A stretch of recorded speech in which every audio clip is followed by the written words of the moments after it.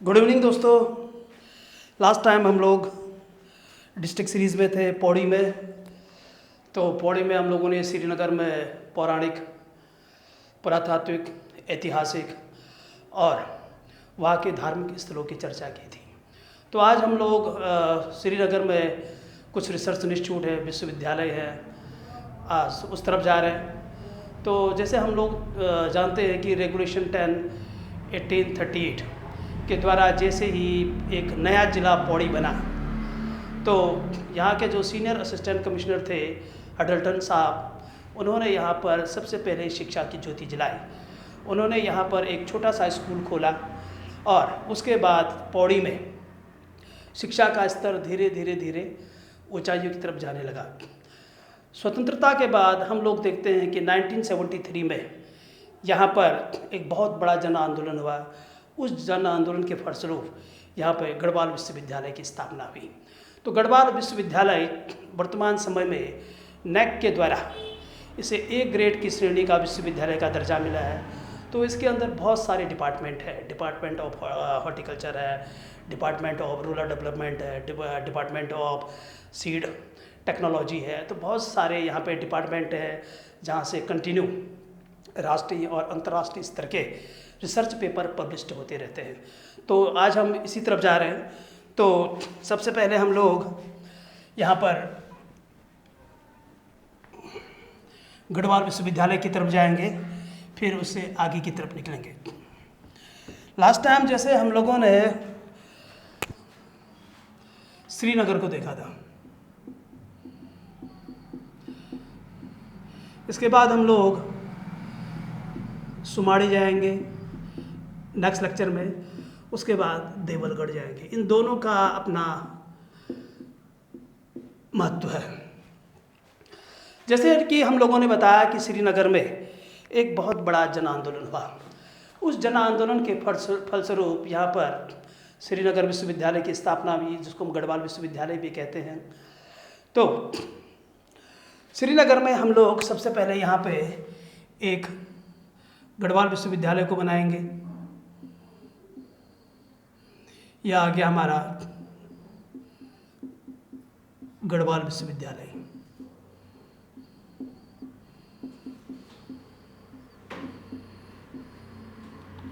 (1973) इस पौड़ी जिले में बहुत सारे महान विभूतियाँ पैदा हुई, जिन्होंने लोकल से ग्लोबल तक का सफ़र तय किया। उसमें से हेमवती नंदन बहुगुणा जी थे, फ्रीडम फाइटर है और उत्तर प्रदेश के मुख्यमंत्री भी रह चुके हैं। 1989 में इनकी अकस्मात जैसी मृत्यु होती है, उसी साल इस गढ़वाल विश्वविद्यालय का नाम बदलकर हेमवती नंदन बहुगुणा विश्वविद्यालय किया जाता है।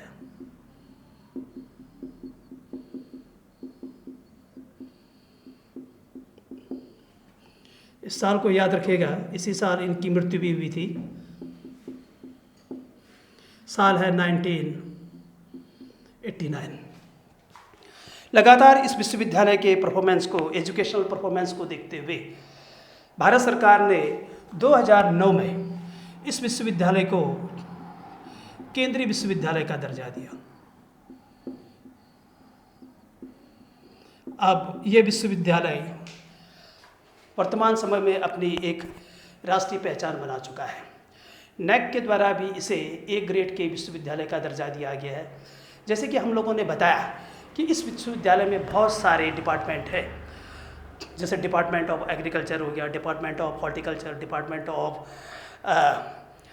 Rural development, department of seed and technology. तो इस विश्वविद्यालय में एक और डिपार्टमेंट है जिसकी चर्चा हम लोग करेंगे, school of agriculture.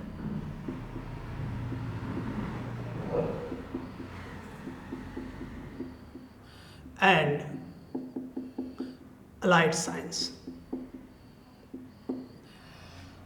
School of agriculture and allied science department के तहत ही यहाँ पर एक रिसर्च इंस्टीट्यूट खोला गया। इस रिसर्च इंस्टीट्यूट का नाम है high altitude plant physiology research centre.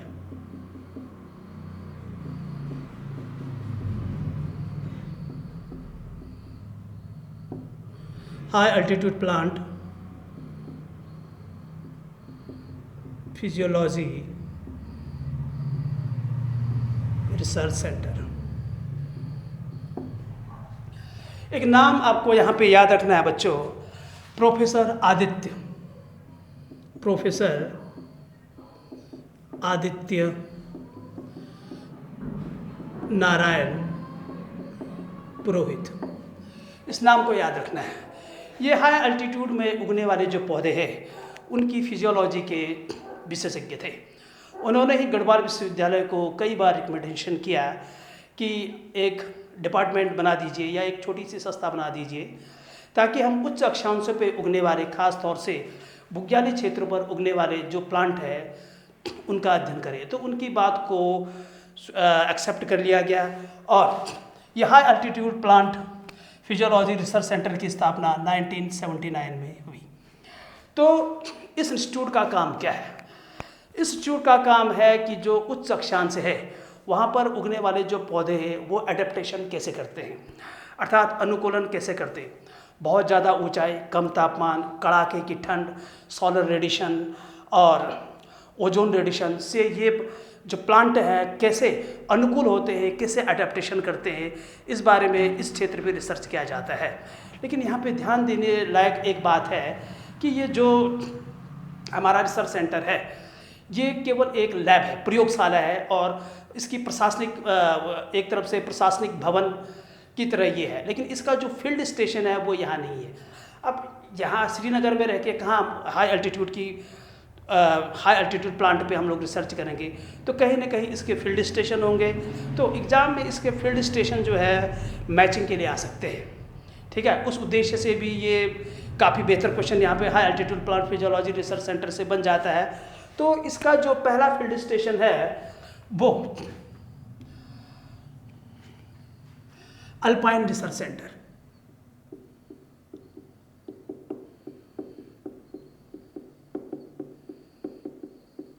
ये पड़ेगा आपका तुंगनाथ में, करीब 3,600 मीटर की ऊंचाई पर ये एक रिसर्च सेंटर है, अल्पाइन रिसर्च सेंटर है। ये केवल उत्तराखंड का नहीं, ये भारत का पहला अल्पाइन रिसर्च सेंटर है। अब यहाँ कोई ऑफिस नहीं है, तो जो रिसर्चर होते हैं, जो वैज्ञानिक होते हैं, एक खुले आसमान के नीचे इतने बड़े क्षेत्र में रिसर्च करते हैं। पूरा ये जो बेल्ट है तुंगनाथ का, वो इनके लिए अपने आप में एक पूरा रिसर्च फील्ड है। तो ऐसा नहीं सोचना है कि यहाँ पे कोई ऑफिस होगा, ये नहीं, ठीक है। तो यहाँ पर ये जो प्लांट है, प्लांट की फिनोलॉजी पे काम करते हैं। प्लांट की फिनोलॉजी का मतलब है कि एक प्लांट अपने जीवन चक्र के दौरान कई स्टेप से होके गुजरता है। तो इस हाई अल्टीट्यूड पे इस पे क्या क्या प्रभाव पड़ता है, जैसे कि फ्लावरिंग हो गया और लीफ ड्रॉप हो गया और जनरेशन हो गया और इसके साथ बडिंग हो गया। तो ये जो प्लांट के फिनोलॉजी के साइकिल है, इस पे ऊंचाई, कम तापमान और कड़ाके की ठंड का क्या इफेक्ट पड़ता है, तो ये सब जानकारी अल्पाइन रिसर्च सेंटर एक इस डाटा को कलेक्ट करता है। दूसरा हम एक और है, करीब 4 इसके फील्ड स्टेशन है। दूसरा आएगा हमारा पोथीबासा में। अब ये जो पोथीबासा है, ये यहाँ पे एक हर्बल गार्डन है। पोथीबासा आपका रुद्रप्रयाग का जो सबसे ब्यूटीफुल बुग्याल है, पूरे उत्तराखंड का ही यहाँ पे है। पोथीबासा में जो हर्बल गार्डन है, यहाँ पर उच्च अक्षांशों पे उगने वाली जो जड़ी बूटियाँ हैं उनको कंजर्वेशन, संरक्षण दिया जाता है, उनको उगाया जाता है। और पोथीबासा एक बर्ड वॉचिंग सेंटर भी है, तो इसको ध्यान देना है। पोथीबासा कहाँ पड़ेगा? हमारा चोपता बुग्याल में। इसी चोपता बुग्याल में एक और रिसर्च सेंटर है, एक फील्ड स्टेशन है, जर्म प्लाज्म।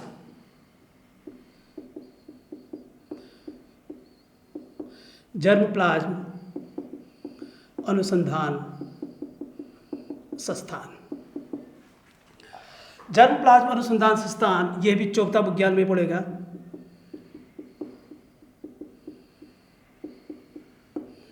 यहाँ पर टिश्यू कल्चर के माध्यम से जो प्लांट है, प्लांट के बीज हैं या प्लांट की कली है, तो उनसे या प्लांट की जो जैविक संरचना है वहाँ से जीन निकाल के उसको भविष्य के लिए संरक्षण किया जाता है, ताकि कभी इन बुग्यालों में कोई जड़ी बूटी या कोई भी प्लांट अगर संकटग्रस्त होकर विलुप्त हो गया तो उसको भविष्य में हम फिर टिश्यू कल्चर के माध्यम से उगा सकते हैं। तो ये यहाँ की प्रमुख इकाई है, एक फील्ड स्टेशन है हमारा जर्मोप्लाज्म अनुसंधान संस्थान। तो टिश्यू कल्चर अपने आप में एक बहुत बड़ा स्टडी फील्ड है। तो इसका खास उद्देश्य यही है कि इस हर्बल गार्डन में हम लोग इस जर्मोप्लाज्म अनुसंधान संस्था में टिश्यू कल्चर के माध्यम से जो पौधे के जीन है, ताकि हम उसको भविष्य में उगा सकें, उसको संरक्षित किया जाता है। तो कहीं ना कहीं ये इस बात पे फोकस करते हैं कि पौधे की जो जैविक क्रिया है, जैसे हम यहाँ पे एक टर्म फिजियोलॉजी को यूज़ करते हैं। फिजियोलॉजी का मतलब होता है जो प्लांट है, प्लांट की जो आंतरिक संरचना है, जो उसका जैविक संगठन है, वो इतने हाई अल्टीट्यूड पे कैसे काम करता है, कैसे और कितना संवेदनशील है, और किस तरह से ये जो बाहरी चुनौतियाँ हैं उससे निपटता है। और जैसे पॉल्यूशन है, पॉल्यूशन का क्या इफेक्ट है, ठीक है, रेडिएशन का क्या इफेक्ट है। तो इन सब चीज़ों का अध्ययन जो है हमारा high altitude plant physiology research centre करता है। एक और इसका फील्ड स्टेशन है कुलसारी। अब ये कुलसारी पड़ेगा आपका थराली में। थराली में जैसे हम जानते हैं थराली कहाँ पड़ेगा, थराली चमोली में पड़ेगा। जब हम डिस्ट्रिक्ट सीरीज को पढ़ेंगे फिर थराली को उठाएंगे वहाँ से, ठीक है। तो कुलसारी जैसे हम जानते हैं कि थराली में क्या है, पिंडर नदी। इसको ध्यान देना बच्चों, जो पिंडर नदी है, पिंडर नदी के तट पर ही है। ये भी इस रिसर्च सेंटर का एक फील्ड स्टेशन है। खास तौर से इस कुलसारी में है एक मॉडर्न नर्सरी। इस मॉडर्न नर्सरी में जो हाई अल्टीट्यूड में उगने वाले पौधे, खास तौर से जो मेडिसिनल है, जो औषधि गुण रखते हैं, उनको उगाया जाता है। और जो एरोमेटिक, जैसे आप लोगों ने केमिस्ट्री में एरोमेटिक कंपाउंड पढ़ा होगा, एरोमेटिक प्लांट्स जो बेंजीन फैमिली से है, खास तौर से सुगंधित प्लांट हैं, तो इन लोगों की एक बहुत बेहतरीन नर्सरी यहाँ पे उगाई गई है, जो औषधि गुण के साथ जो औषधि गुण लगते हैं, और कुछ ऐसे प्लांट जिनसे हम इत्र बना सकते हैं, परफ्यूम बना सकते हैं, जो एक खास तरह का सुगंध देते हैं। हाई अल्टीट्यूड में जब कभी आप बुग्यालों में जाओगे, खास तौर से मिडिल हिमालय और ग्रेट हिमालय के बुग्यालों में जाओगे, जो लगभग समुद्र तल से 3-3.5 हज़ार मीटर की ऊंचाई पे है, तो वहाँ पर हमको एक अजीब सा सुगंध दिखता है। तो वो जो सुगंध आता है इसी एरोमेटिक कंपाउंड के जो प्लांट है तो वो देते हैं। तो ये भी काफ़ी बेहतर है हमारे लिए, ठीक है। तो मेडिसिनल और एरोमेटिक कंपाउंड के जो प्लांट है वो कुल सारी। तो हमारे पास 4 यूनिट हो गए, अल्पाइन रिसर्च सेंटर है, पोथीबासा है, जर्मप्लाज्म है और कुलसारी है। तो एग्ज़ाम में ये कभी मैचिंग के लिए आ सकते हैं, ठीक है। हमको यहीं तक सीमित नहीं रहना है कि high altitude plant physiology research centre 1979 में बना और बस ये हम लोग इतने तक। आपको यहाँ भी जाना है कि इस रिसर्च सेंटर को इस्टेब्लिश किसने किया, आदित्य नारायण पुरोहित ने। हमको ये भी दिखना है कि ये गढ़वाल विश्वविद्यालय ये स्वतंत्र इकाई है या गढ़वाल विश्वविद्यालय के किसी ब्रांच के अंदर इसकी पढ़ाई होती है। तो school of agriculture and allied science जो इसका एक डिपार्टमेंट है, उसके तहत ही इसकी स्थापना की है। लेकिन वर्तमान में ये एक फ्रीडम यूनिट है, एक स्वतंत्र इकाई है। अब ये जो इतने हाई अल्टीट्यूड से, इतने फील्ड स्टेशन से, जो इसके फील्ड स्टेशन जब यहाँ से ये डाटा कलेक्ट करता है तो कहाँ भेजता है। तो आप लोगों की जानकारी के लिए बता दें कि इसरो के साथ इसका कोलैबोरेशन है। इसरो का एक अहमदाबाद में यूनिट है, उसको हम स्पेस एप्लीकेशन सेंटर के नाम से जानते हैं। तो उसके साथ ये अपना जो डाटा है वो शेयर करता है।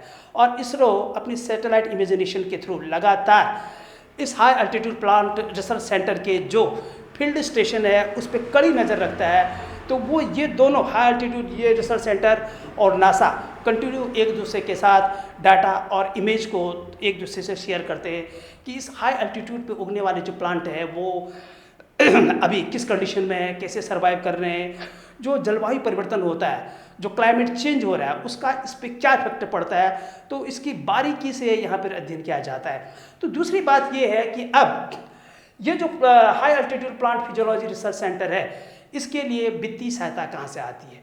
तो ध्यान देना है कि जो हमारा स्पेस एप्लीकेशन सेंटर है अहमदाबाद और इसरो, ये इसको फाइनेंशियल ग्रांट्स देते हैं, अनुदान देते हैं, तब जाके ये जो रिसर्च सेंटर है बेहतर कार्य करता है।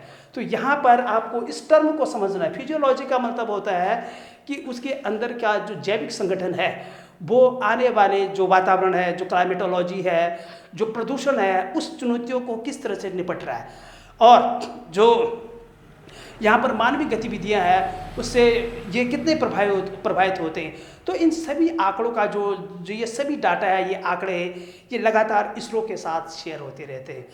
तो बच्चों, आज के लिए जो हमारा टॉपिक है इतना ही है, ठीक है। कल हम नेक्स्ट टाइम फिर सुमाड़ी जाएंगे, देवलगढ़ जाएंगे। अभी बहुत सारे रिसर्च इंस्टीट्यूट है, उसकी हम लगातार चर्चा करेंगे। बहुत ज़्यादा व्यस्तता के कारण वीडियो बनाने का टाइम नहीं मिल पाता है बच्चों, तो बड़ी मुश्किल से टाइम निकाल के बनाना पड़ता है, ठीक है। अब सुबह शाम क्लास होती रहती है, फिर बड़ी मुश्किल से टाइम निकाल के बनाया जाता है।